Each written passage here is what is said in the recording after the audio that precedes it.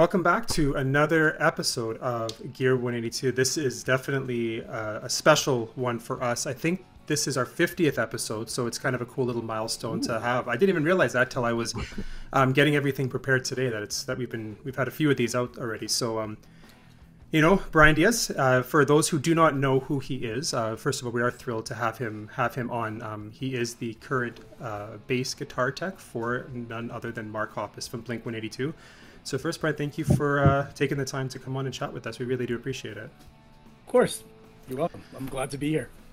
So for those who might not know as much about previously before Blink, maybe start a little bit off at the beginning. I know you started off in bands and then worked your way into getting into the tech work and stuff. So maybe, how did you make the shift over from playing in a band to then supporting?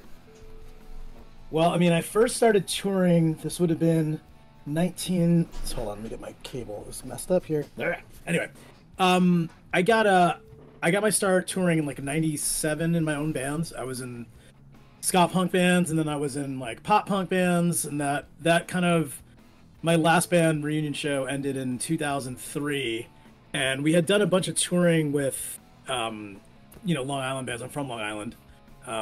We had toured with Movie Life. We toured with Taking Back Sunday and Brand New, and I ended up working for Brand New afterwards because they were just looking for a guitar tech, and I was just friends with the guys, and they were just like, it's going to be our first bus tour and all this. I was like all excited. I was like, whoa, I've never done anything like that before. So I jumped in on that, and like the first tour we did was with Dashboard Confessional, and that was the first time I ever guitar teched, and like I didn't really know what a guitar tech did. I just kind of, they were like, oh, you're gonna change strings, you're gonna load the gear, you're gonna watch us on stage or whatever, and I was like, okay. I mean, like we had people who had done that for my bands before, but never like an official title. It was kind of just like, I don't know, he's just the guy that's like friends with us that Yeah. comes on tour, and I didn't really know. Roadie. Yeah, just have a generic roadie. But like that first tour we did was with Dashboard Confessional, and that was like the first time ever doing an arena show, my first time ever doing TV. The first thing I ever did with them was Jimmy Kimmel, so that was kind of crazy, like just jump right in like that, and that's also the first time I went to places like we went to Australia, and that was my first ever tour in Australia was opening for Blink-182 in 2004. Whoa. And that was a trip where Travis broke his foot, and we did 2 shows or 3 shows, like 2 shows in Sydney and then Adelaide, and then we flew to Perth, and they were like, see you in Perth, and that was the end of it. They went home, obviously. But that was like that's actually when I first met Mark. And it was very brief, like in passing. He actually walked by. We had made it to the show in Sydney. Our gear that we checked in, we had these huge pedal boards, and one of them had just either come undone or the TSA had taken it apart or whatever, and like frantically trying to put it back together, and I'm on the ground, and there's all these cables everywhere, and they're sticking out, and Mark walks by, just looks at it and goes, that looks like calculus, and just walks away. I was like, well, that was my first interaction. I'm like, this isn't great. But that's so funny. Yeah, that was my first time in Australia, and that's how I got my start. And then when I left those guys, they kind of just stopped touring for a bit, and I went out with Motion City Soundtrack, and I was like intending on getting back to playing music because I still had stuff I wanted to do, but I was making money, so I was like, I'm like, this could kind of be like a good side thing that I do. And it never, like, once I started touring with Motion City and those guys were friends of mine, I was like, all right, this is it. Like, I think this is what I'm supposed to be doing now. Like, I don't, Yeah. So are you more of a bass player or a guitar player yourself? I'm a bass player. I'm not much of a guitarist. I mean, I have guitars. I have a ton of guitars, but they're only for like demoing stuff. I don't think I'd ever feel comfortable playing guitar in a band, even though I have played guitar. But I've always been a bass player.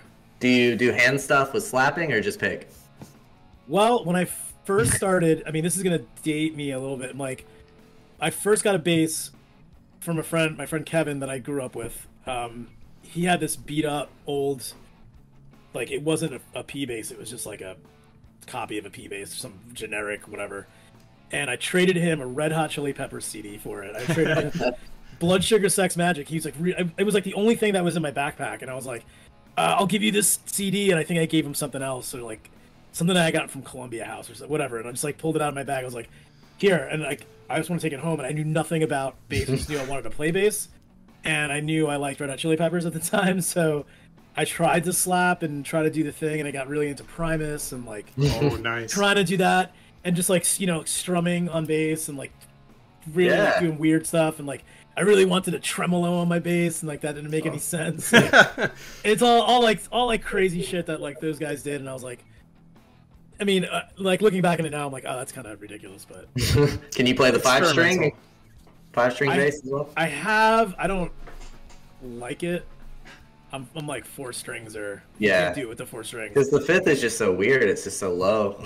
it's so low, and it's also just like I get it for like different artists I've worked for have used it in varying capacities. Like when you're working for someone like I've done like R&B stuff and like hip hop stuff where like you need that low, you need to go lower. Yeah. Even like working, I have toured with Seal, Kiss from a Rose, Seal. Yeah. Yeah. And like all his bassists play 5 strings, but you go, like it's a different style of music.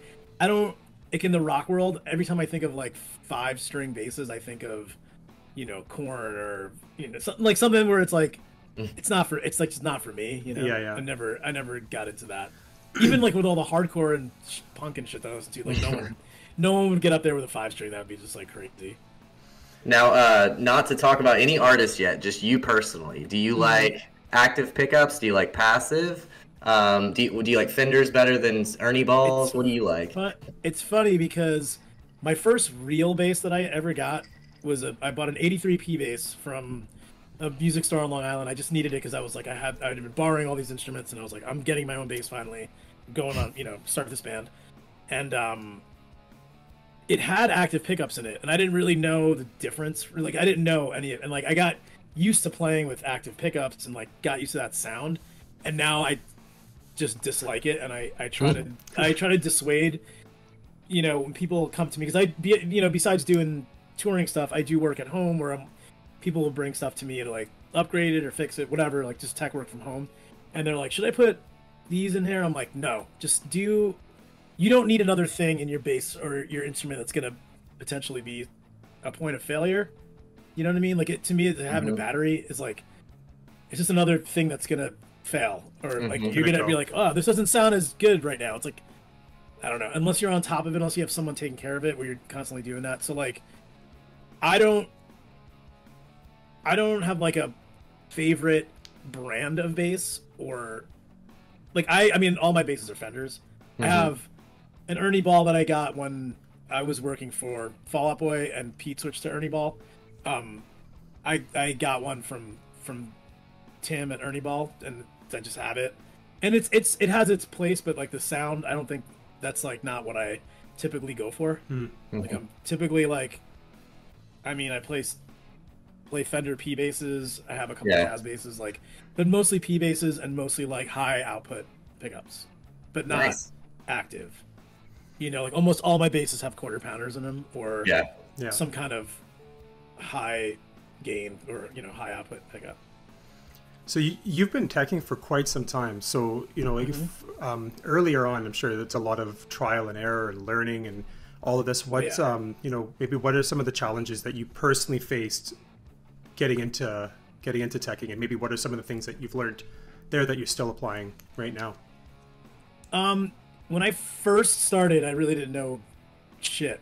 I just like, I knew how to change strings, and I knew a few things because like I said, I had that old beat up bass, and then I had my first bass that was like from a store was an Area Pro 2 or something. It was like, just like, I didn't know how to take care of anything. Like I'd play until the strings broke, and then I'd go like replace one string. Like I was very like, the tone wasn't a thing. I just like, all right, this sounds out of whack. Let me do, and like, I'm looking at my bass right now, but like, I like screw something, and like, I'm like, all right, did that work? Nope, that didn't work. That made it worse.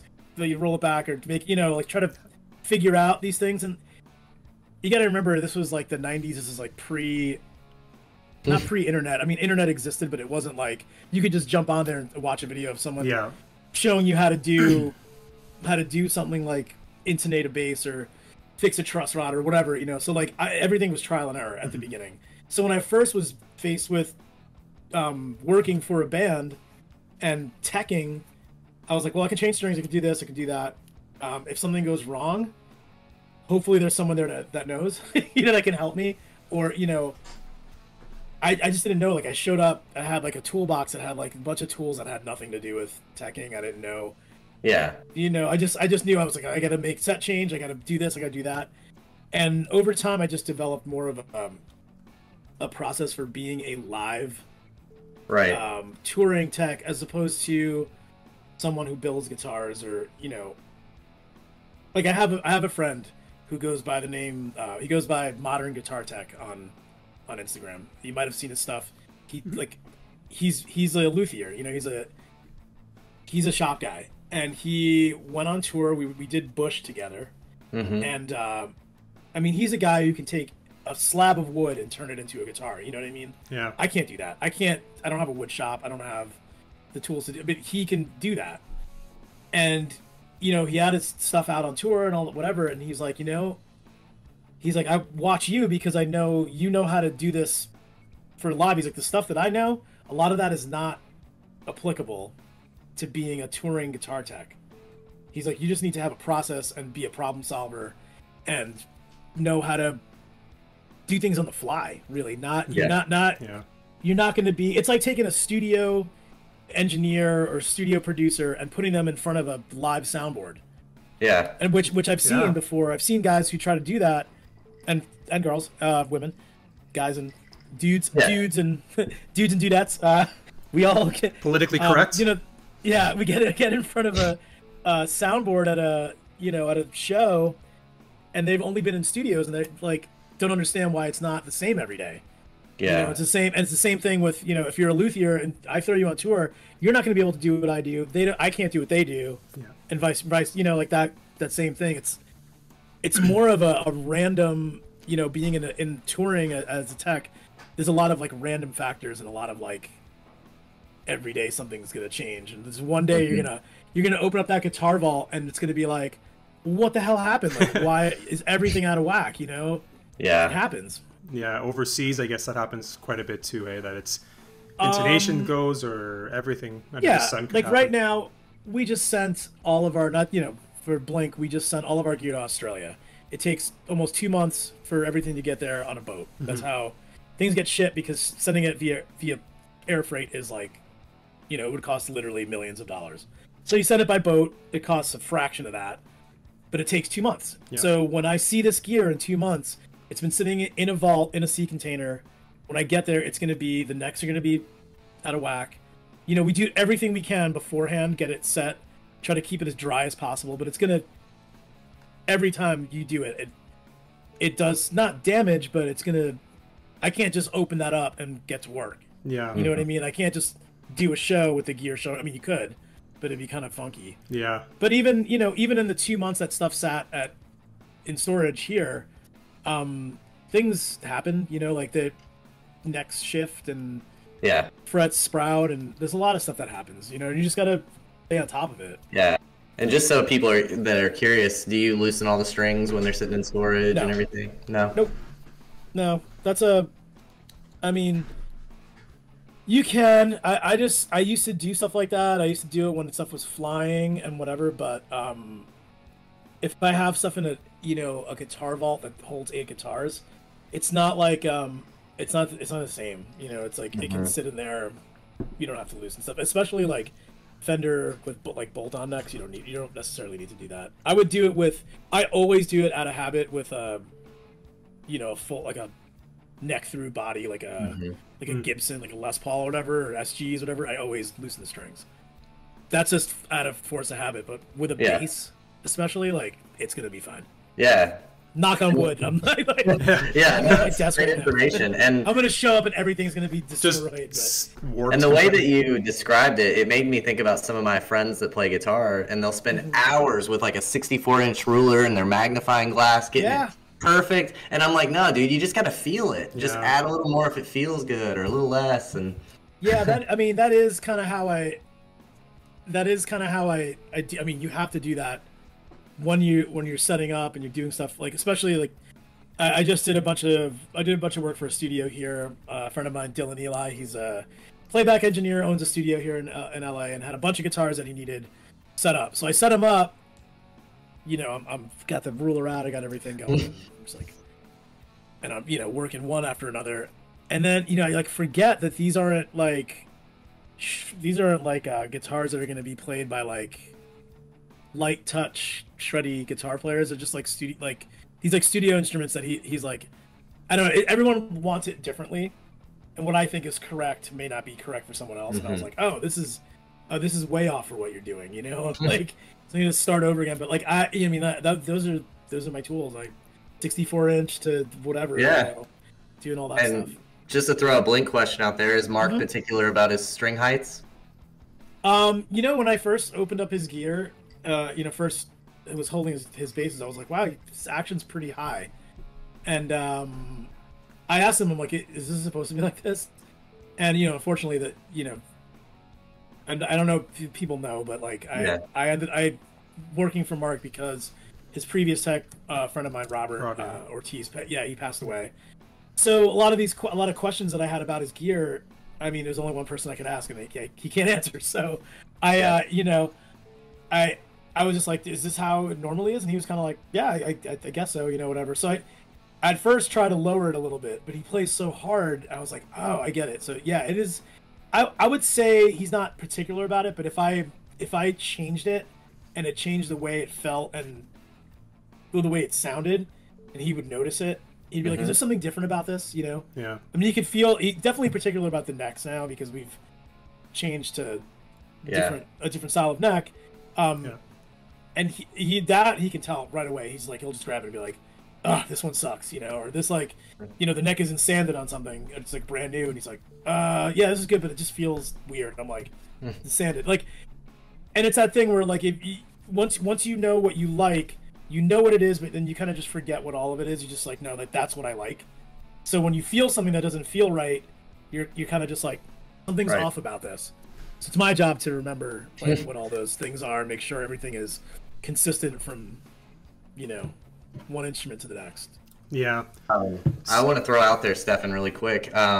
We get a lot of questions about what grit do you sand the neck to?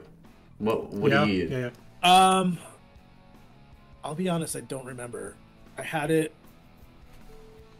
Okay. I started with I start with pretty heavy, because you got to take like this bass right here has it on the back, like the it's a, like poly that poly shit, and it's once you start sanding it, it takes a while to actually get it off, and he likes it.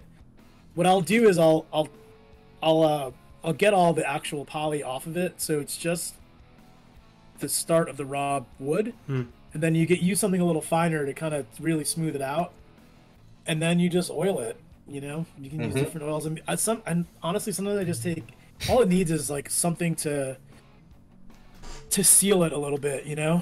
Because that is a problem with the raw wood, is that if you're not constantly doing oiling it or sealing it, taking care of it, they will start to shrink, and then you'll get fret sprout. So like, you'll get the edges of this, you'll feel it. If you like run your finger across it, you'll start feeling like this shit starts popping out, and it could cut you, So like I one of the things that happened is like, 2 months these instruments were sitting in storage, and one of them just, that has a pretty raw neck and probably needed some oil, had some fret sprouts. So I spent a day just knocking the ends off. Jeez. Wow. Yeah. And it was just like, you just have to feel it, A lot of it's like, a lot of things like this aren't like, I never do a thing where it's like, oh, it's like a textbook.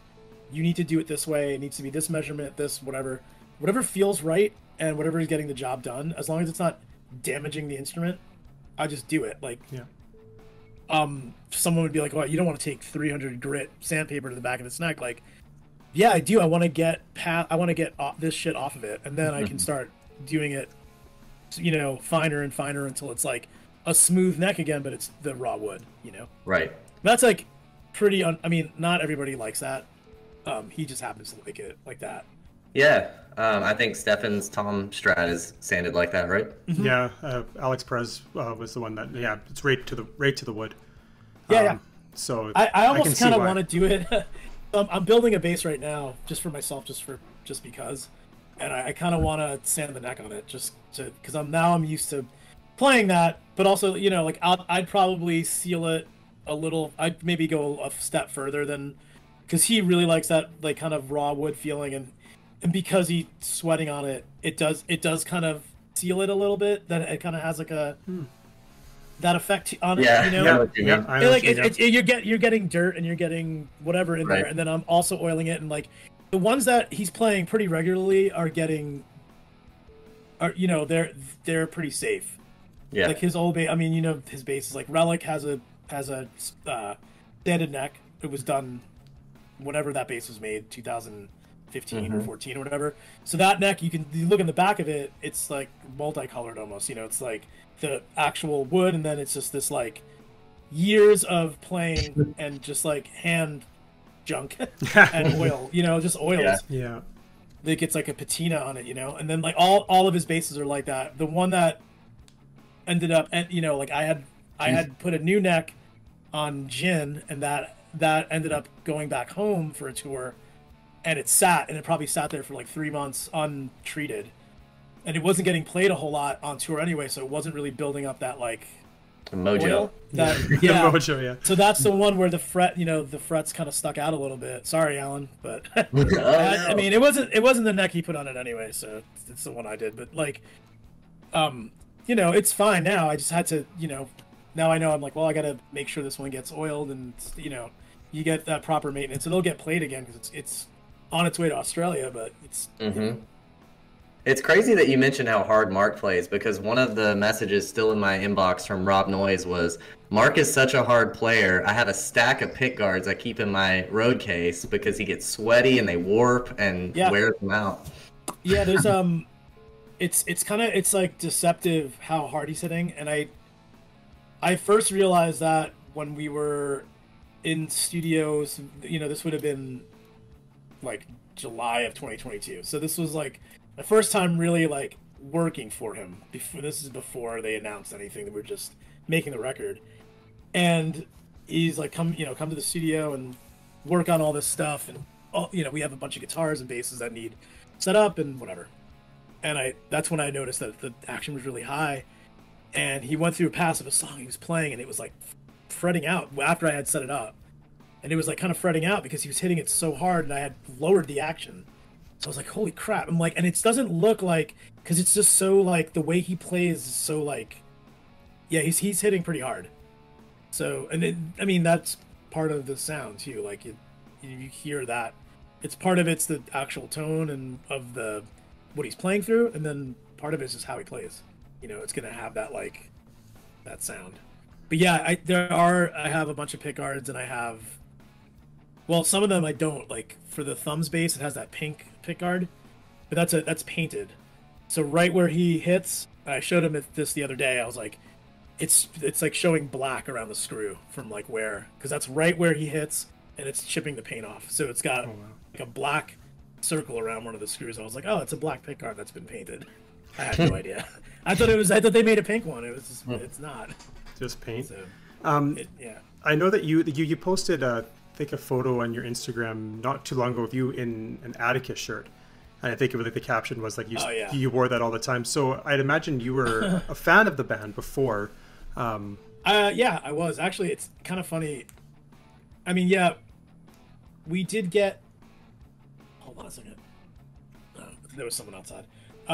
Yeah, we when I was in Reunion Show, we befriended Brendan Klein. I don't know if you know Brendan Atticus. I think he goes by on Discord. Yeah, Brendan I've known for, I mean, since then. He's good friends of Motion City Soundtrack guys, and he actually this is actually really just a total random chance.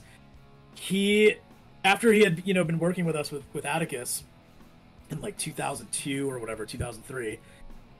He was like, I think you might know, at the time it was his fiance. He's like, I think you know my fiance, Jillian. And he told me her last name, and I was like, yeah. I'm like, dude, she grew up literally in the house behind me. Like, and Brendan was someone I didn't meet till later in life. So like, he just randomly like married this woman that I went to high school with. So like, it was like we were like destined to like meet somehow, you know. But Brendan's always been he's a good bud, and yeah, he gave us the Atticus and Macbeth hookup back in the day. I'm sure that if you zoomed out of that photo, I'm definitely wearing Macbeth's. Like, every band of that scene, all the Victory Records bands, we were all just full Atticus, full Macbeth. Like, just sponsored. You know, everyone wanted to play with. Yeah, they just I'd go on tour. I'd bring like 2 or 3 shirts with me, and then we'd get boxes of Atticus stuff, track jackets, hats, fucking everything. Every band, you'd ask any band from like 2000 to 2003, we're all rocking that stuff. But I was a fan of Blink before that. You know, like my old band, my old ska punk band, we had a song where there was, and this is another kind of weird thing. We had a song where we, had like a little breakdown where I would do the thing that Mark does during Damn It. He did like sing a little, someone else's song. Yeah. And the song that I used to sing over that was Damn It. So it's so weird. It's like come full circle. It's like, okay, we used to do this little breakdown. They did Damn It. Now he's doing Damn It, and they do the song during that. I was like, that's so strange. Gosh. So that would have been like that was like when Damn It came out. So like 98, 99, whenever. That was, yeah. So with the, unfortunate passing, obviously, of Rob, Mark, needed still a new tech. So how did that all come about with you starting to work with Mark? Was it just a phone call? He called you up, or? Yeah, he was the one who told me Robert had passed, because I had talked to Robert the day before he died. He actually was, man, it's crazy. Like, so Robert called me about, a week before that. He'd said like he was going to be going out of town, and he needed someone to help Mark at his studio at home. So Mark's got here in LA, he's got his a home studio, which I'm sure you've all seen the inside of many times. And he was like, yeah, I'm gonna be going out of town. He's like, it'll be easy, just go by, just change some strings, hang out, drink coffee, whatever. I was like, yep, all good. And then he called me the day before. He's like, you still good? I was like, yeah, He's like, all right, well, Mark will call you tomorrow and let you know. He'll give you the address and let you know what time to come by, or text you or whatever. So yeah, the next day, just hanging, and Mark calls. And he's like, Robert died. And I was like, okay. And I got the phone. I was like thinking like, all right, we're gonna work today or something, And he's like, Robert died. I'm like, okay. And then I was like, Robert who? Because I just it didn't register with me for a second. Yeah. And he's like, Robert Ortiz.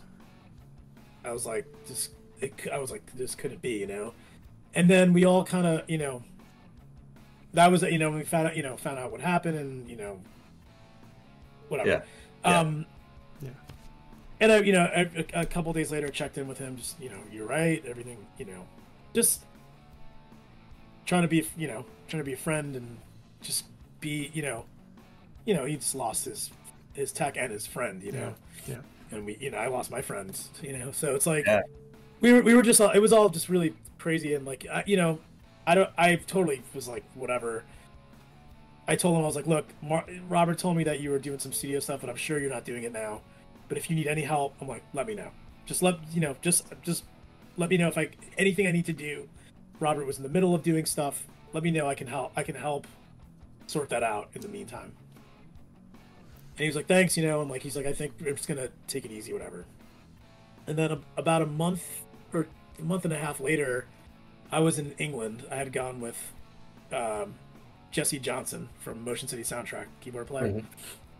He's one of my best friends in the world. And we were like, all right, we're going to take a trip to England to go see Liam Gallagher in Manchester. It was fucking awesome. It was the best show I went to.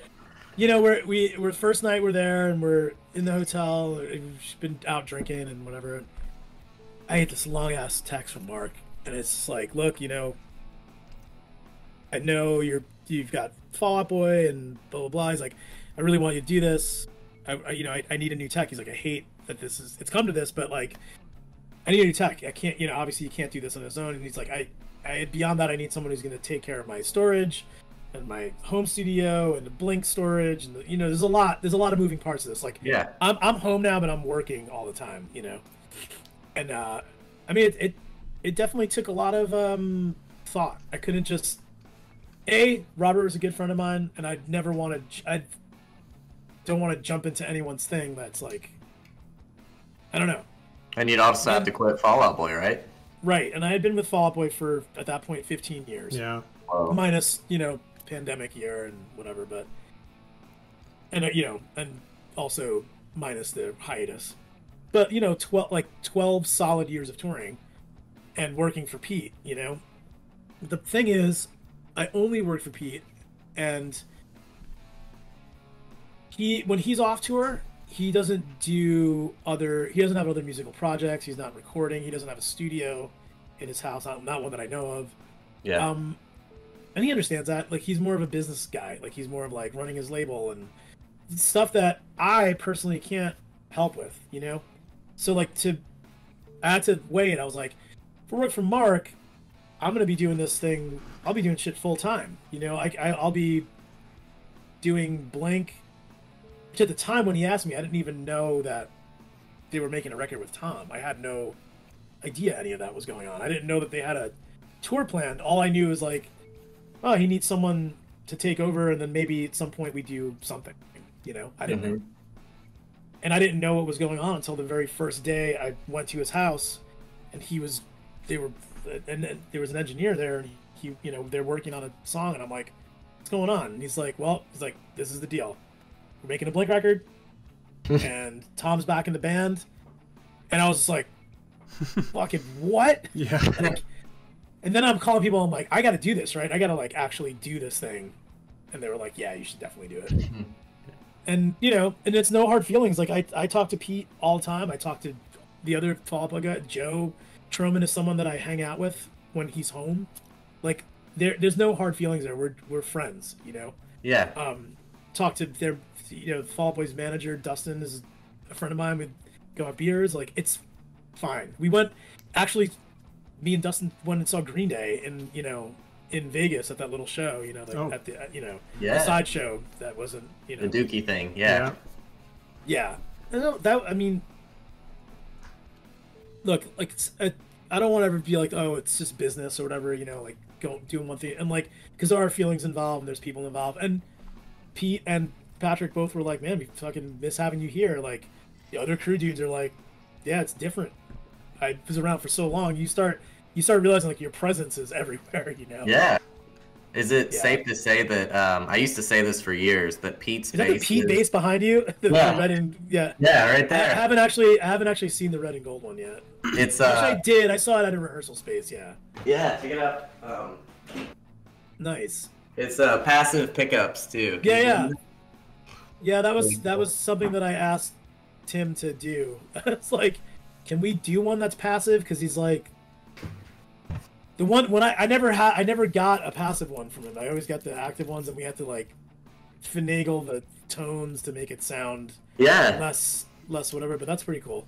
Yeah, I mean, they're all good dudes. They're like, I owe my entire career to them. Like I was. And it just so happened that for years I was lucky that when I was off Fall Out Boy, I could fill my time with other stuff. And I worked for a ton of other bands. I worked for Sum 41. I worked for Primus. I worked for Guns N' Roses. I did a ton of stuff. There was even a time when I was in the middle of doing Fall Out Boy stuff. I think we had 2 shows to do, and it was 2 shows versus 3 months in Europe with Guns N' Roses. And I told Pete, I was like, yo, I think I have to do this. And he was like, fuck yeah, go ahead and do it. He's like, I just want stories. It's like, tell me, Great. It's like his favorite band, So this is a little different because Mark and Pete are friends, Yeah. There are, there's that little bit of a crossover, and it's like, you don't want to have that, like, no bad, you don't want to have any bad feelings, but I feel like at the end of the day, everyone knows, like, this is my life, man. Like, this is what I do for a living, and I need to, like, find the next, what the next thing was. Yeah. I used to always think Pete was pretty cool. I knew they were friends, and when he was playing the Fenders, it always looked like that Mark was his influence because he had the quarter pounders, he had the one knob. Like I was like, oh man, you can tell. Yeah. And it's funny. I've now worked for, I guess three people who all do the one knob thing. It's like Pete, Mark, and Justin Pierre. Now his guitars, and he just gets them. Whoever his tech is just modding them to do that. It's not like a custom shop. I think he may have had one custom shop Tele Deluxe, but fucking he's not even playing guitar anymore. He's like, well, he comes out in a cane. He's got back problems. No, right? He had some serious issues. He wasn't even really able to walk. But yeah, when he does play guitar, it's the same model of Tele Deluxe he's been playing since. I had his original like 70, they were 76s or 77s, or actually maybe a 78, 78, like that walnut with the black pickguard. Yeah. I mean, the original two that he had were just so beat, and it's so unfortunate because they're like such nice guitars, they were so chewed up. Like he has like, I always said that he had like I was like, you have like lizard sweat or something. I was like, you have like a dragon sweat. I'm like, he would just burn through everything. And he sweat so much, and he'd play, and he's playing so hard, and it would just chip through like the whole top part over here was all just raw chipped wood, and it was all, we would put tape over it and just put like layers of gaff tape on it. That's how he played. So like if you see old photos like from like 2004 2005 Motion City soundtrack, you'll see green or like orange tape at the top, and that's what it is. It's from just him playing so much and so hard, and he'd put on sweatbands and like play in long sleeves and just sweat right through it. But eventually, and he was so like fiddly with everything. Eventually, I think one of his techs took all the knobs out, and they were like, "Here, it's a volume knob, on or off. That's all you get." And then I'm gonna switch. You can do this pickup or that pickup. And I think even at that, they might have taken that out too. Yeah. I think the neck pickup might just be, and the just some for show. 41 Kellys are like that, right? Derek, I didn't, I wasn't Derek's tech. My friend Larry, at the time when I worked for them, Larry Malero, who's also since passed, he was Derek's tech, and he did a lot of modding. Larry was like the ultimate fucking tech. Like he was the dude I would call when I had amp questions. Like I met him in 2003. He was doing Incubus, and I met him when Brand New opened for Incubus in Europe. And he was showing me the shit that he built and the amps that he worked on, and I was like, "Whoa, I am not ready. I don't know how to do any of this stuff." But I stayed friends with Larry for forever, and he was Derek's tech for those runs, and he took care of that stuff. I was taking care of Tom Thacker, aka Brown Tom, they called him, even though he's not. He's like Brown Sound's replacement. So yeah, and he also plays in the band Gob. And I was taking care of Cone, which is weird because they were opposite sides of the stage. So I was on stage left, and it didn't really make sense. But Derek just needed a dedicated, he needed someone to just handle him. And now he also doesn't play guitar. Yeah, hardly. It's just like, yeah, that's cool. But so for when you were, after Mark said, "Okay, yeah, come on, we need you on," and you get to the storage unit and all of that kind of fun stuff. I know for Brian and I, our favorite bass is Scully, I think by far. Everybody, right? Do you have a top 3 favorite bass that you kind of? I mean, I like the Crayola bass. I don't know that that's coming out ever again. I mean, I convinced him to take Lettuce out, which is coming out, which is pretty crazy. Which one do you think plays the best? Scully plays the best, and of the newer ones, I mean, it's hard. They're on a pretty. They're pretty similar. Like I've gotten them so that they all have the same necks on them, and they all kind of the necks and specs are all the same. So, when I first opened everything up, I was like, oh, like Relic feels really good, but then I got the Thumbs bass to feel that way, and now he loves Thumbs, and he loves the Stone Fruit, the Burrito Breath bass. Those all feel great, and they all play great. And it's not like me or whatever, because like they built it and Fender gave me the parts to put it together, so it's they those basses play really well. Scully's just different because it's an actual P, proper old school P bass, P neck. You can't change it, obviously. But there's something about it. It's a little thinner. I don't know if it's just it's worn down or whatever. But yeah. And Lettuce is kind of the same way too. So like whatever they were building around that time, just feels different than like a modern P bass. And that's not a slight on Fender or anything. It's just things change over time, and there's slight variations. Like my P bass right here does not feel. This neck does not feel like the neck that's on Scully or Lettuce. Yeah. Feels maybe a little bigger, but I'm used to playing like that, even though my hands are fucking small. Mm-hmm. I kind of do like jazz necks though, and I kind of wish that the neck that I was putting on this bass that I'm building was a jazz neck. It's all subjective. You gotta pick it up and play it, and just feel like, oh, like this is good. Yeah. Stefan, are you gonna ask him about that one you've been looking for? Well, there is the one bass I think everyone's been looking for, is that yellow, graffiti yellow one that he used for a very short time in 2003. The last Rob said, and that's what Rob said, that it was in storage before, but I don't know if it's ever made it past that tour. It's definitely not there. I mean, I've gone through that storage now. I mean, I can tell you with my eyes closed what's in there, and that's definitely not something that's in there. Graffiti yellow. Okay. Yeah, that one's not there. There's Groundskeeper Willie's not there. This is things that people have asked about that aren't there. He had a white one with an octopus on it, and that is not there. I've never seen. Oh that. Yeah. There's a black one with a blue octopus. That's like B-rig stuff that we use for rehearsal. Like there's like we send all this stuff out, and then I have a whole duplicate set of stuff, but it's not like the ones that we're using for like rehearsals here. If we rehearse, I have to keep a certain amount of instruments here. It's like we might use Scully because it's here and it's not going on tour anymore. We'll probably use Crayola. Just like those basses will get used just for rehearsal. Yeah. And, like the black and blue octopus bass. And, trying to think of what else. There's probably just like a generic like black and white Jaguar. Okay. Nothing like maybe stuff that's been on tour before, but now it's like kind of retired.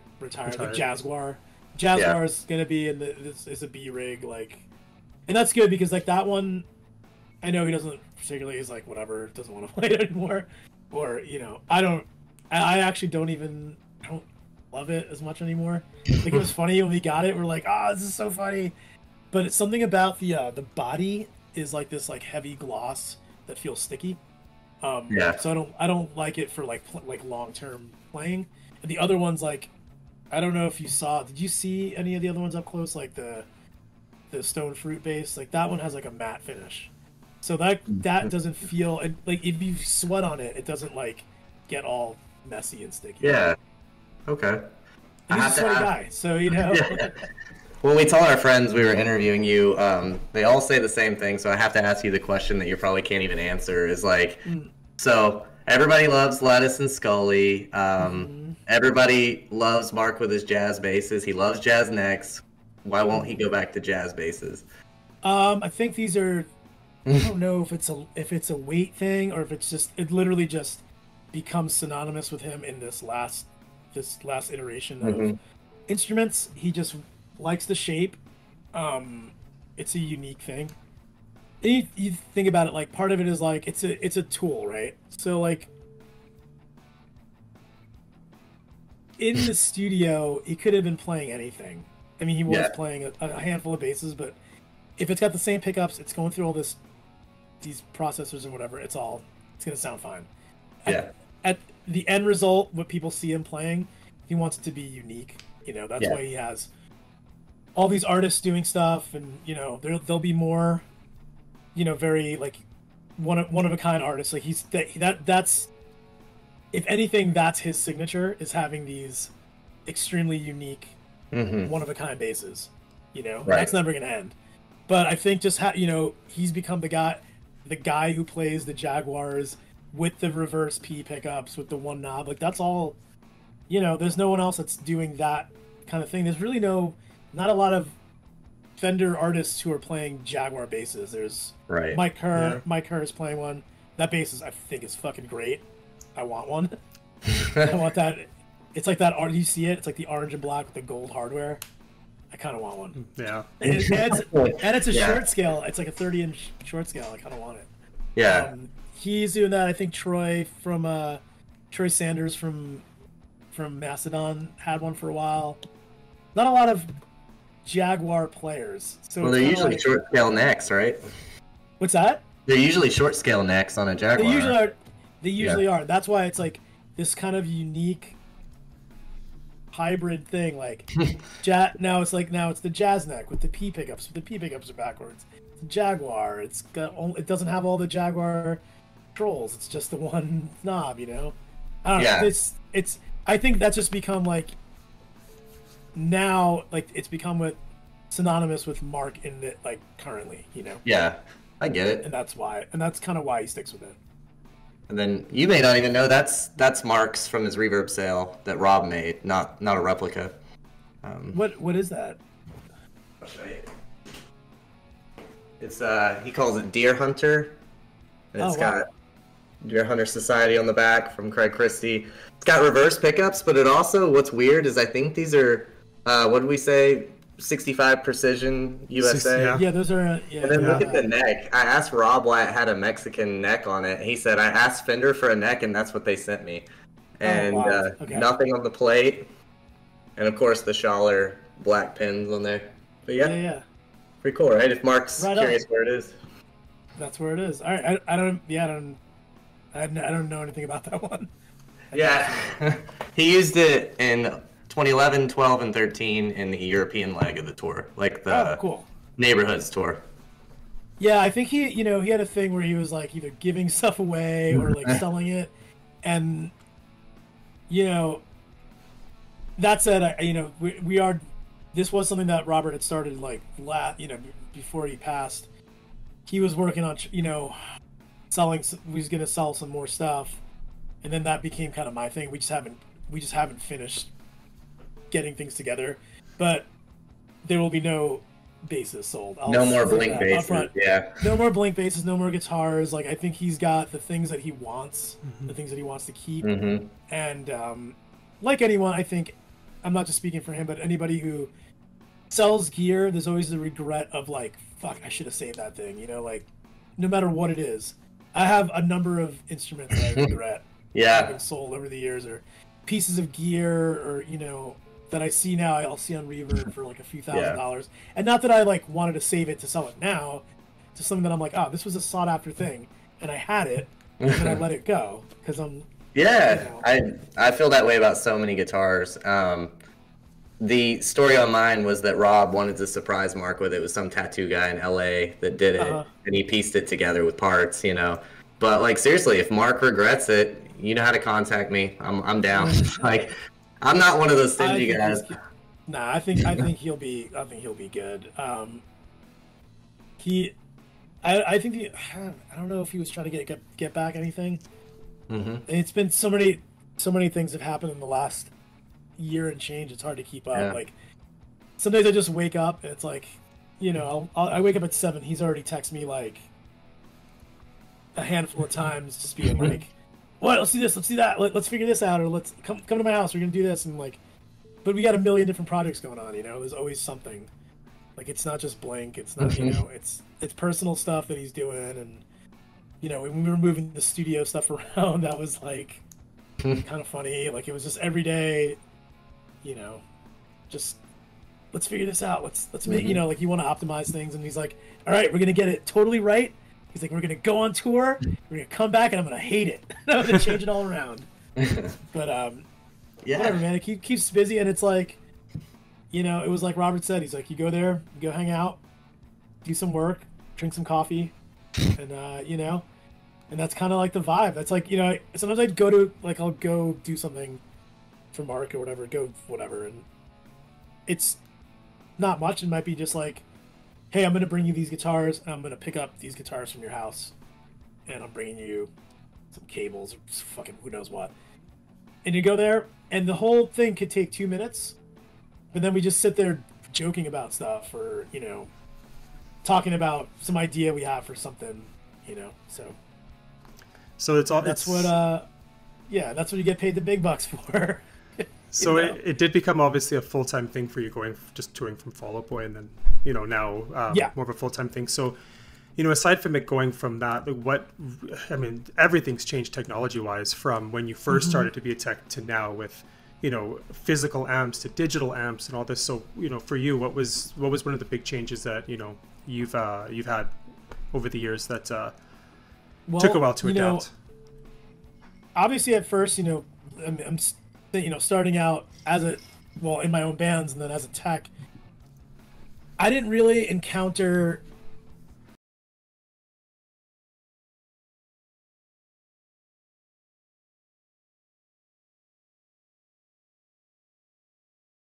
working for Fall Out Boy. The first time I ever worked for them, it was the first time I had ever seen. We had set carts on stage. We were doing, the first thing I did with them was this like theater tour, and it was like kind of an underplay because they had already done arenas and whatever. But they took out Newfound Glory. It was early 2007, and we had these 2 set carts on stage. And I was teching at the time. I was just doing Joe, and his amps. He had a Bogner and like an AC30 or something, and they were in the set cart facing backwards. And they were mic'd up, and we had in-ears. And I was like, that first realization of like, oh, I'm like, you don't have to have the stuff on stage. Okay, so you don't need it on stage anymore. They're in these set carts, and I was like, why are they in the set carts? Why don't I just put them in my world? If they're facing backwards, who cares? So we got them to do this thing, and I changed the way the rig was, and everything lived in my world. And then fast forward to later that year, I ended up working for Pete and Patrick. I just switched sides, and someone else came in, and it was a little jumbling around. And same thing with Patrick. I took everything, put it in my world, and then I discovered the Palmer DI. And I don't know if you know about like the Palmer DIs. Like, there were these rack mount things, and they kind of like they were power soaked. So you could take a head, plug it into that, and it didn't need to go into a speaker. You could just DI out of the back of it. So I got my rig down to be 2 heads, and with the Palmer DI in the middle with the heads going in, and I could switch between the heads. And everyone was like, what? You don't have cabinets anymore? What the fuck? That's crazy. They're like, what's going to happen when you want to hear? I'm like, dude, they're on ears, and if we need, we'll throw a wedge out there, and it'll go through the wedges. Did you have the fake cabs that some bands use? The empty ones? We did. Yeah, we had some dummy cabs for a minute, and then it was like, something with the design. There was a tour they wanted to design on the stage to be literally just a drum riser, which is very common now. Like, bands just roll a drum riser out, everything's off stage and digital, whatever. But we had our little amp world. For a while there was cabinets on the side, and then got rid of those, and it was just a Palmer DI. And then we switched to these rack mount pods, and that was the first time we were doing stuff digitally, and people thought we were fucking crazy. And a year later, everyone was doing pods, or they were doing Palmer DIs. They were all like, yeah, we're taking our cabinets off the stage. It was like All Time Low and all these other, they were, I love All Time Low. I've worked for them. They're friends of mine. But they were kind of like, saw us doing something like, oh, we're going to do that too, or we're going to do what Blink did, or whatever, And like, gear-wise, and it's like, yeah, I get it, just, you see people doing stuff, and you're like, that's fucking rad. I want to do that. And I'm not saying I'm the reason why a bunch of people started using Palmers and started taking stuff off stage, but I feel like we started doing it, and people ask me, how are you doing that? This is my rig. And they're like, dude, that's fucking genius. And there you go. Right. So we started doing that, but the technology progressed so crazy in the years after that, where it was like, the first time I ever used a Helix, I was working for Garbage, and I was like, whoa, this thing is crazy. And it was like the first generation Helix, and I was like, I'm fucking buying myself one, like, and then I really started diving into it with, then I got involved with you and Fractals, and then I, Fall Out Boy, I got them on the Line 6 stuff, and now I guess Patrick's using a neural quad cortex, and this, now with Mark, this is the first time I'm using the Quad Cortex Live. Like that was one of the first things we did and talked about when I started working for him. Was like, he said, "What do you think about these things?" I'm like, "I think we should get a couple and I should try programming them and see what happens." And I brought it home, and I swear, out of the box, I was like, "This thing rules."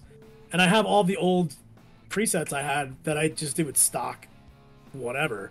So I sat here with his Kemper. I sat in, like, you can't tell I'm in my like kind of studio room, but sat here with the Kemper and Quad Cortex, just A/Bing them and trying to match all the stuff that he had. And I was able to do that pretty much out of the box without even capturing anything.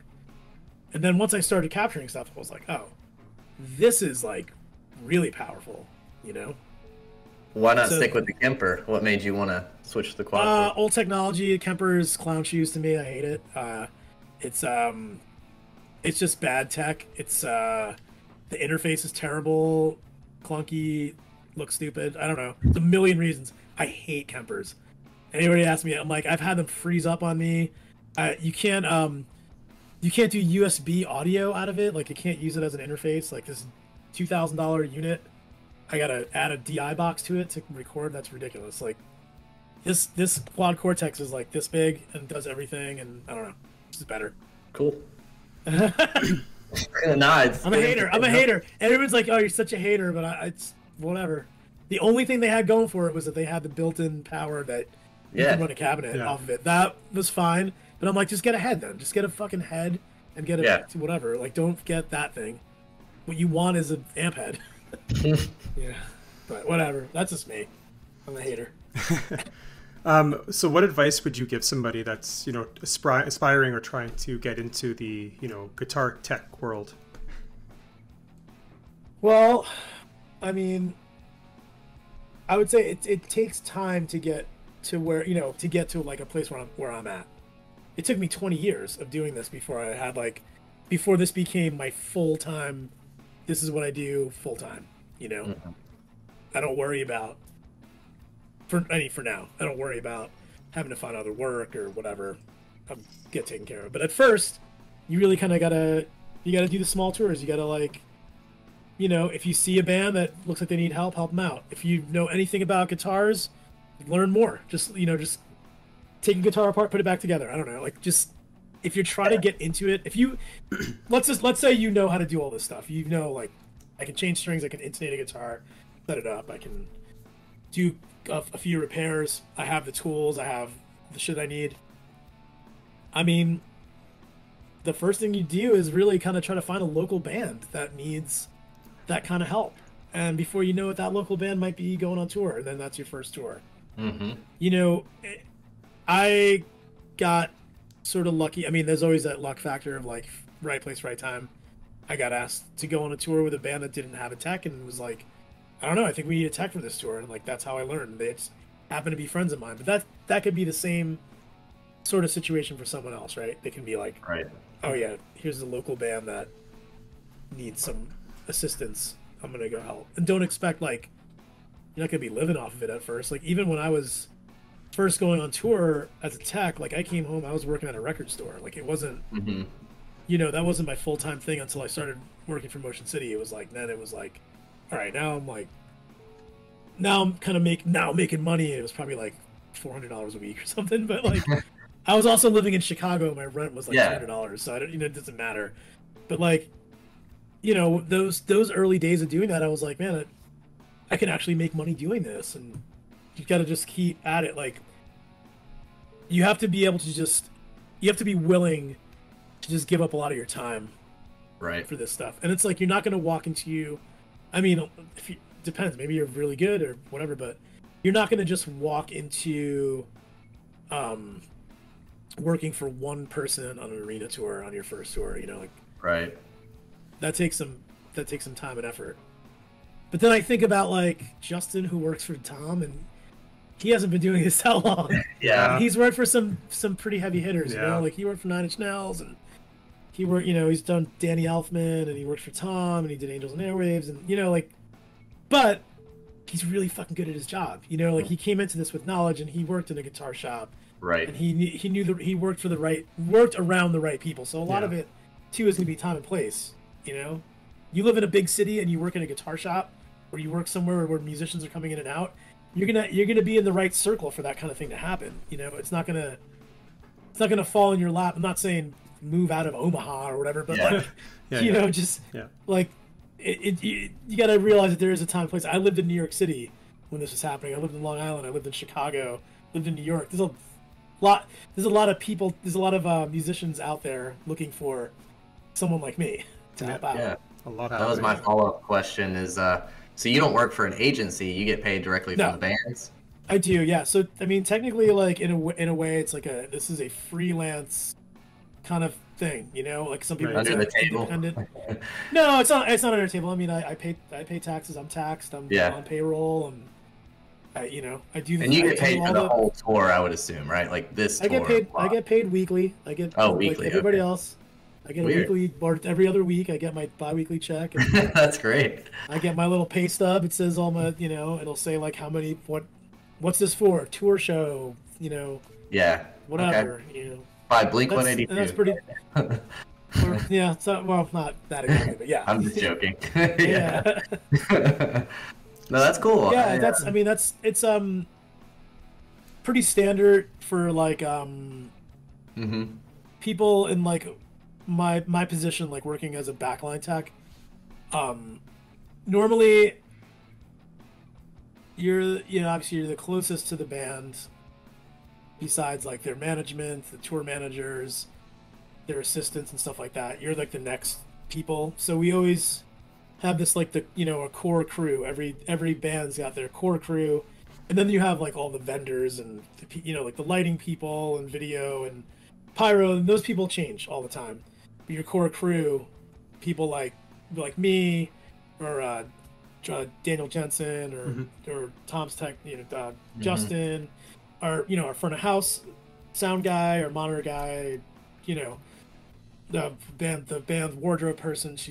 We're all kind of like core crew, and we'll travel everywhere with the band. Some of those people don't go everywhere, so we end up on payroll. Yeah. That's how that works. So we're getting paid every 2 weeks instead of per show or whatever. That's how that works. That way, yeah. And that's the same. That's the same with Fall Out Boy. With any band that I've worked for, it's that's doing tours of this size, because there's a core crew and then there's like the. That's cool. So it's kind of like you get a salary and it's just dispersed over the year. That's pretty neat. Yeah, I mean it's stopped when you're off tour. You're not getting tour. Oh, I see. I don't get the show pay. There's no shows unless I do something that's like, if it's like it's probably not something that should be discussing anyway. So. No, I'm not asking this. Sorry. And it's probably hard with your friends and family, when you're first doing it and you can't see them and I went through a lot of that. You go through you have people who don't understand or whatever. My girlfriend, we've been together since 2015, so when we lived together, but. She came from the Warped Tour world. She was a touring person in production, and so she understands. Like she knows, like this is part of the deal. This is, when I'm home, I'm home. I'm home for months at a time, and I'm off, and I'm home. Or I'm gone, and she can come visit. Or she can do work, and she work. So it's right. We're not like that anymore. Where it's like, oh man, like. I'm gonna be gone for 2 months. It sucks. Like, yeah, it sucks because I'm not gonna be home, but like, I'll be home eventually. And like, yeah, Stefan, I want to throw this out here for people that may approach Brian at a show or something. I saw one of his friends come up to Brian and say, "Hey, man, can you get me backstage?" And he said, "I can't even get my girlfriend backstage." So I think I maybe exaggerated that a little bit, but like, he's not gonna be able to give you any like. Stage benefits, like there's so much like pyro and like there's that. There's not really much to see. I don't know. There's not much to see back there, and unless like we had something specific we needed to, I'm like, oh yeah, like, oh Mark, like yeah, I'll bring you to go say hi to him or whatever. And I also don't, on tours like that, I don't have the access to. I'd have to go get someone. To go walk someone around. I don't have that kind of access. But like I don't. I try to just keep it pretty clear back there that like it's a working area, you know. It's people working, whether it's dangerous or not. It's just there's nothing really that most people need to be back there for. It's kind of how I always put it. I'm like, you don't need to be back here. Sometimes I just show people. I'm like, hey, like this is my world. They're like, oh, cool. I'm like, yeah, this is where Daniel sits. This is where the pyro people fire from. This is a video desk, whatever. Just like to me, it's just like regular shit. It's just like whatever. Yeah. It's just part of the build. But it's like to them, it's I guess some people see that and it's like, oh, this is fucking rad. Yeah. But a lot of my friends, like at this point, I've been doing this for so long, and a lot of people that I know are my age or older, and they're not really interested in going to the backstage of a Blink-182 concert. Like it's just the reality of it. Like my 50-something-year-old friends aren't like dying to do that. I mean, some people are. They're just like, I think that's fucking cool. I want to go see. Yeah, I want to see where the flying drum kit is and whatever, you know. But most people are just like, no, I'll see you after the show, or I'll see I'll see you on your day off. Yeah. It's usually, the other thing I say to you is that when people do see me sitting there, like sometimes I am there. Hold on. God damn it. All right. Anyway. When people see me sitting in my world, kind of just chilling, I just want it to be known that it's not an open invitation to come bother me. Yeah. Because a lot of times it's I'm not trying to be like a dick about it, but like sometimes there's like nowhere for me to go. Like in some show days, like the bus might be really far away. There's like I've already had catering. I'm already done. Like I just want some quiet. And a lot of times I do have my in-ears in, and I'm sitting there just listening to music or watching something. Like you can't see it, but I have like a screen in my work box sometimes. I'm watching like a show, and people are like trying to flag me down, and I know it's like early, like the doors have just opened, but there's nowhere for me to go. And especially like in places like Australia or South America where I don't have a bus, like I'll probably be right there. Like it's gonna be the same setup where there's like the barricades right there, I'm right here, but I think a lot of times people think that I'm just like there to like carry on a conversation, and I am not. Yeah. I'm just trying to like have some peace and quiet before I have to work. It's the only thing I ask. Please, I put up a sign at one point. It was in the outside. I forget, it was something really stupid, but people thought it was funny. And it's fine. I think most people are respectful, or they just get really excited. They just, I get it, It's exciting. Going to a big rock show, seeing all this shit up close. It's cool. Yeah. So after the tour, what's next for you? Obviously, there's a big Blink tour coming up, playing a lot bigger shows than the last tour. Is there anything personally beyond that you have going on, or you don't think that far ahead? I mean, no, I'm not thinking that far ahead yet. I'll start thinking about that once it becomes clear whether or not there's going to be more things happening. After the dates that are already out there in the world. Sometimes I find these things out the same way everyone else does. I just see it online, and I'm okay, I'm going here, I'm going there. Some of them are things that we know ahead of time, and I'm sure there'll be surprises thrown our way, which is totally fine. Or I mean, it could very easily just wind down for a bit. I think everyone's this is a complete opinion. This is not steeped in any fact or anything, but it's from what I see every day. Is it seems to be doing really well, and everyone seems to get along. So yeah, I don't know outside of just very public things that people know about the relationship between the people in the band, but it's, to me, from my perspective, I'm like, everyone's getting along great, everyone's having fun. Why would they stop? Like, why exactly. would I hope it goes on. I hope it goes on forever, because this is like the coolest fucking job I've ever had. And I think I told that to Mark one time when I was super drunk in Spain. I'm texting. I'm like, this is the best fucking tour ever, man. But it was a good night. It was Daniel Jensen's birthday, and he found out that he was clear of cancer. So that was like it was a celebratory night. Everyone was just like, woo! We were just like having the best time. So yes, I do love this tour. I love the people I tour with, and I hope that it's even if it's a break we take towards the end of next year. I hope it goes on. I hope there's another record and there's another tour and more people around the world get to see this band for the first time or for the 30th time, you know? Yeah. Brian, you were going to say something?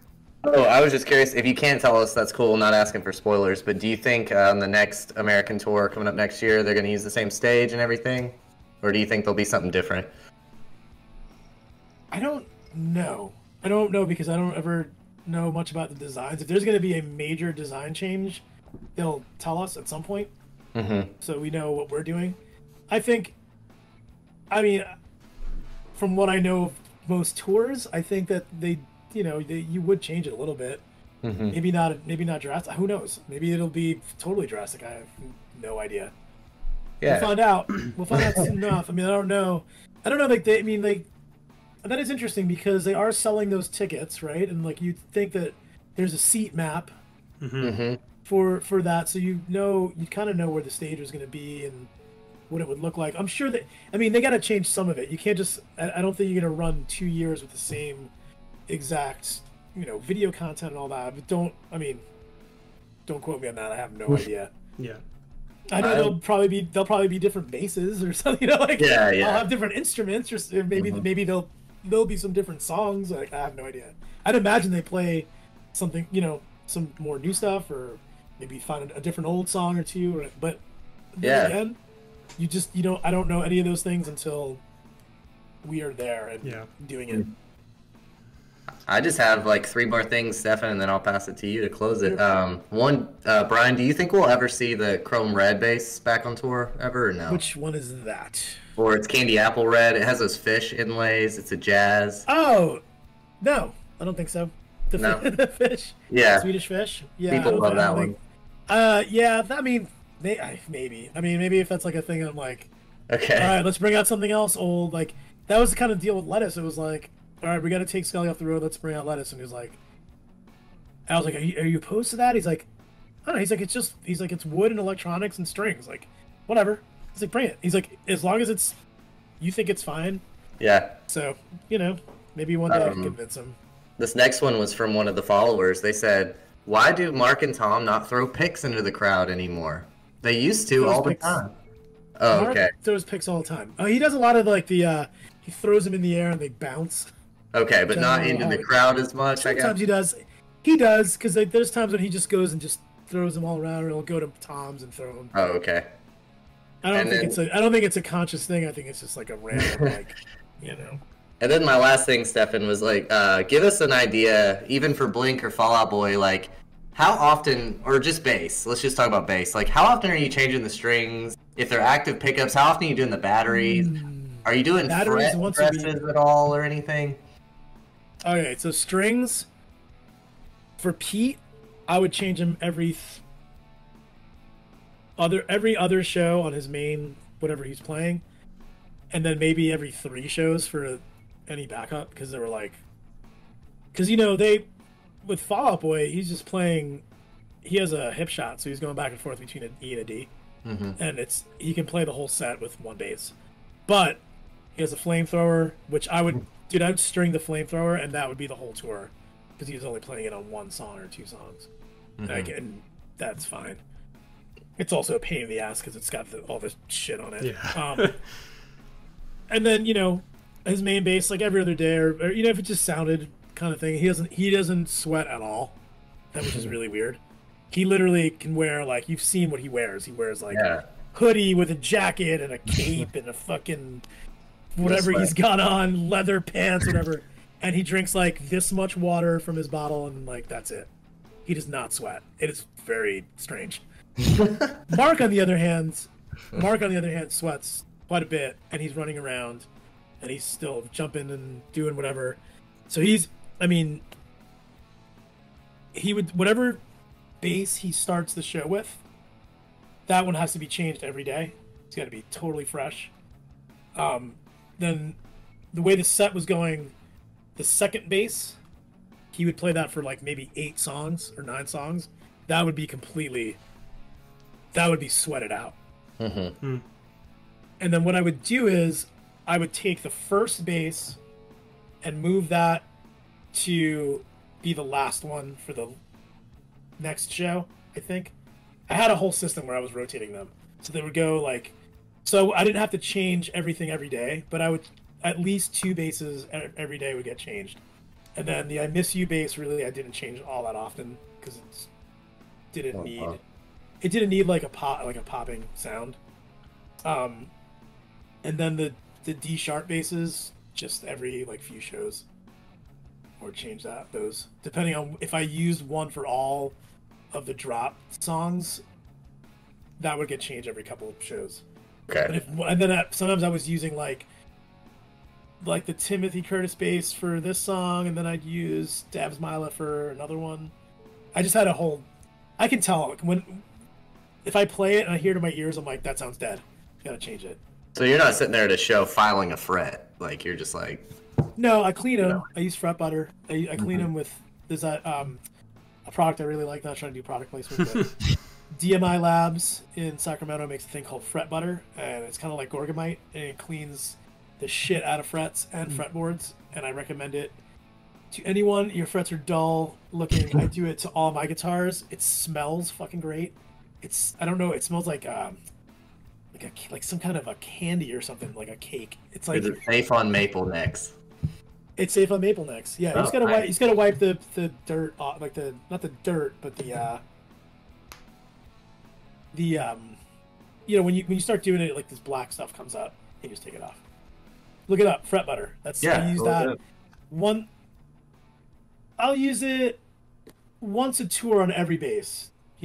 I'll maybe start the tour on and do every bass as I'm changing strings. When I get to it, do it, and then normally I don't have to do it that much.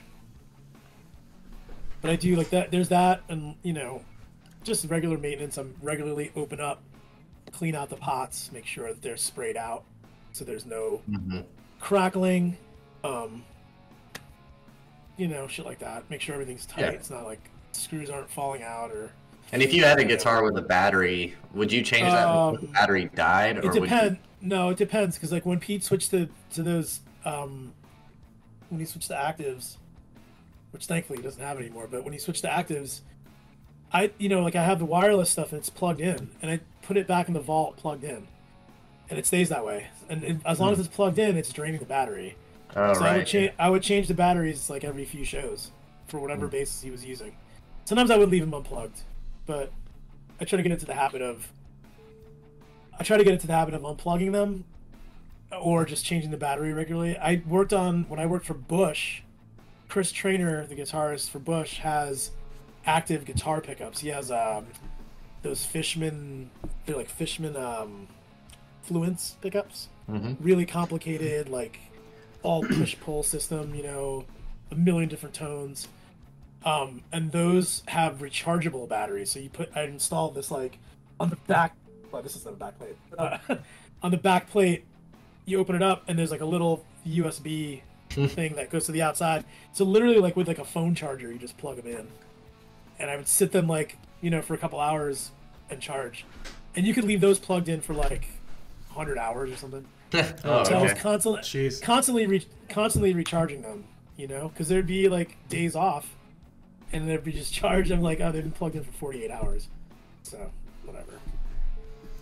So, maybe before we kind of wrap things up, any final thoughts or messages that you might want to share with the audience that watches the video? As far as what do I want to share? Not really much of anything, Harass the text, right? Yeah. No, I mean, look. I just always like to make it clear that when you do see people at shows, and this is like, so this happened I want to say this was in Germany. We were doing a show, and you saw how I was set up on the ground. I'm right there by people, which is fine. Just during the show, there's a guy standing there, and he's filming the show. He's like that, but he's staring at me the whole show. Jake noticed this too. Jake, Mark's manager.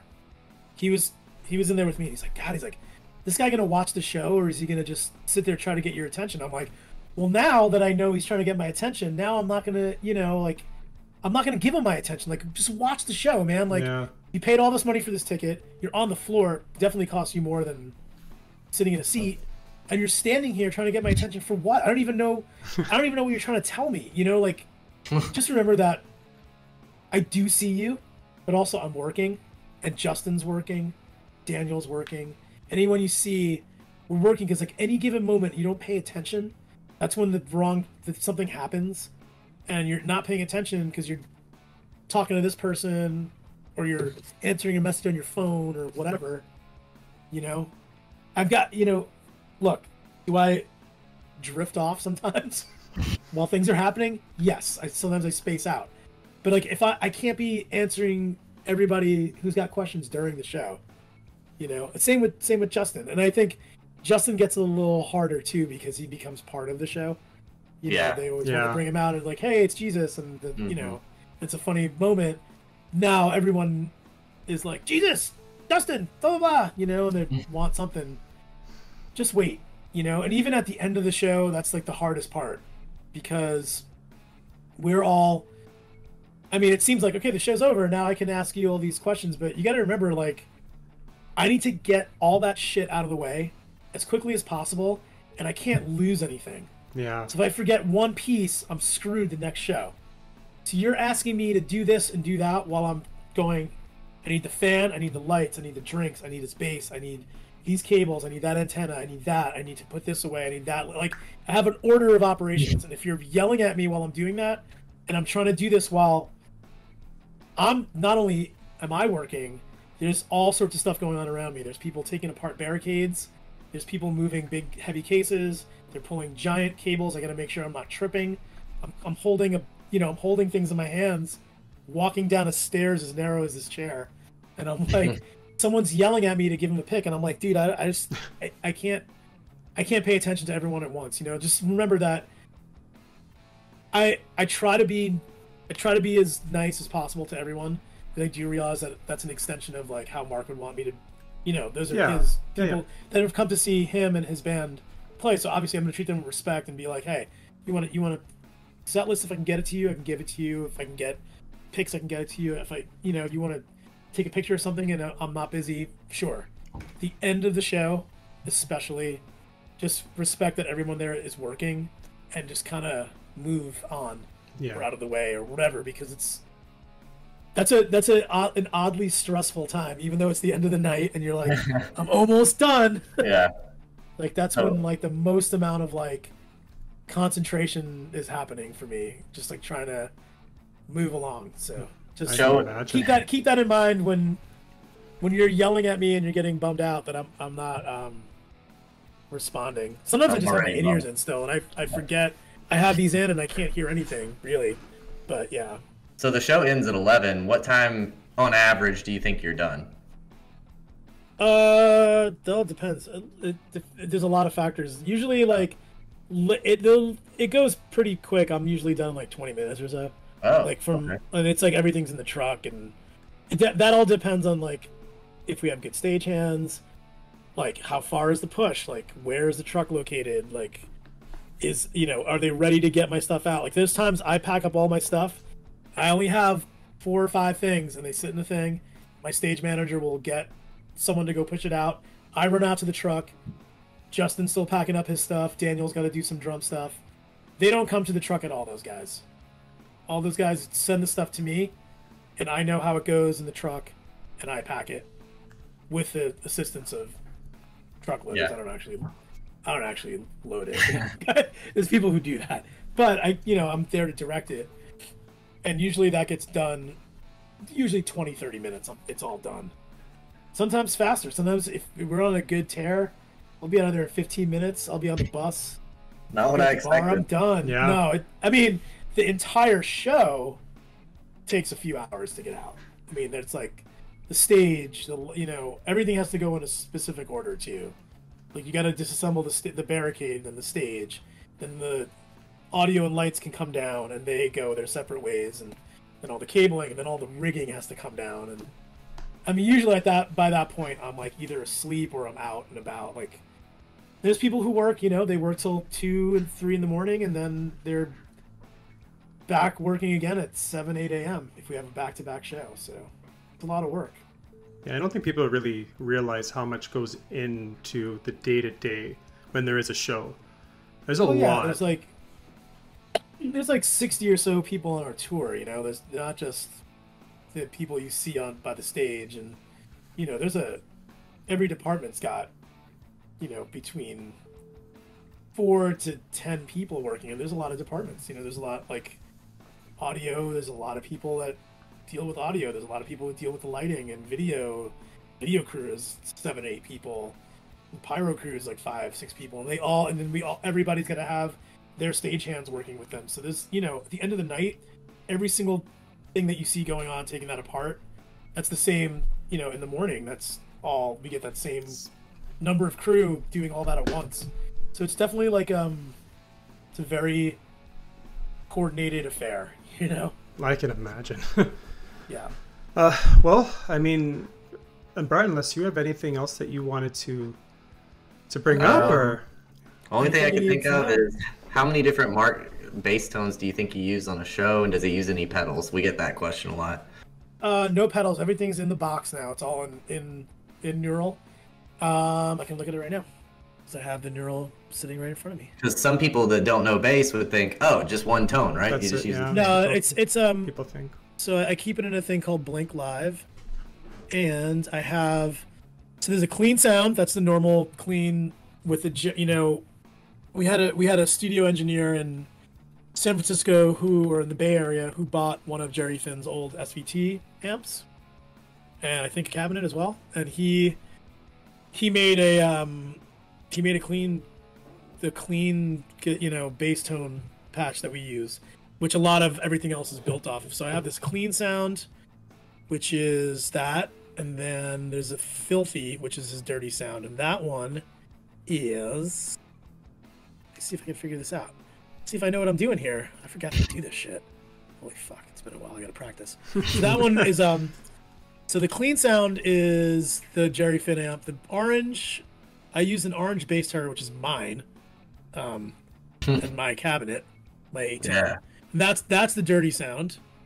Then there's the chorus sound. That's the Jerry Finn. Then I Miss You is Mark's new vintage 300. Oh, okay, this is where it gets different. So this one says Scully, but now it's Lettuce, because it's those two basses sound different than the other ones, because of the pickup orientation, and just because it's an older, you know, right, older models of the pickups. And so when those songs come up, I need to switch to that. I switch to Scully. There's a half filthy sound, which is used in Violence, and it's like noise. It's like a noise patch. Inevitably goes down, which it has. One time it started freaking out. So then there's filthy chorus, which is the filthy sound with the chorus on top of it, which I use at the beginning of Up All Night. And then there's Dance With Me. I don't remember what the deal with that was. Why is that different?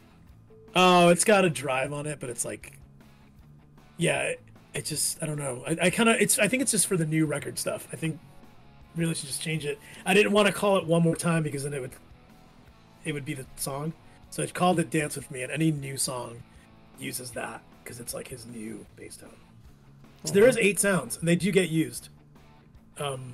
All, you know, throughout the set. That's awesome. Yeah. Wow, I'm blown away. Yeah. I didn't even realize. I forgot about Dance With Me.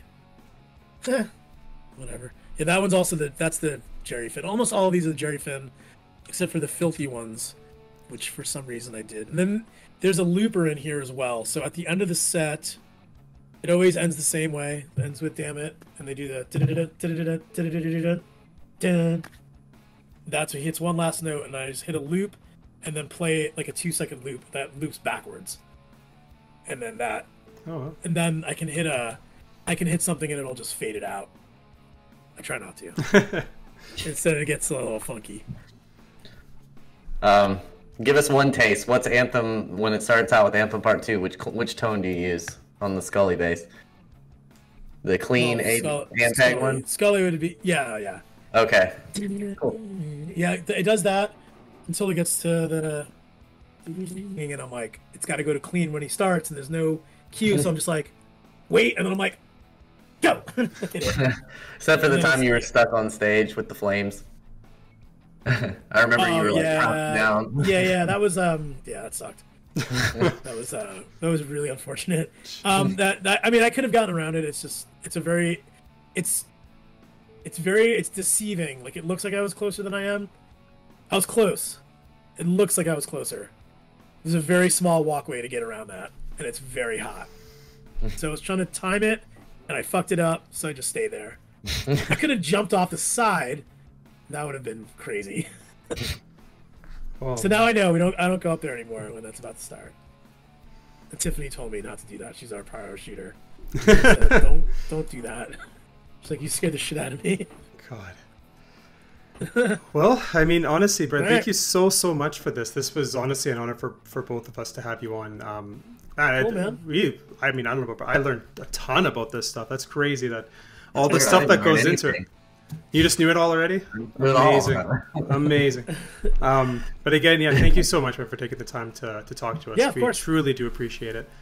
Yeah, man, it was great. Yeah, I guess until the next time, guys, thank you so much for watching it. We'll catch you in the next video. All right. Bye for now. Thank you all. Yeah, thank you.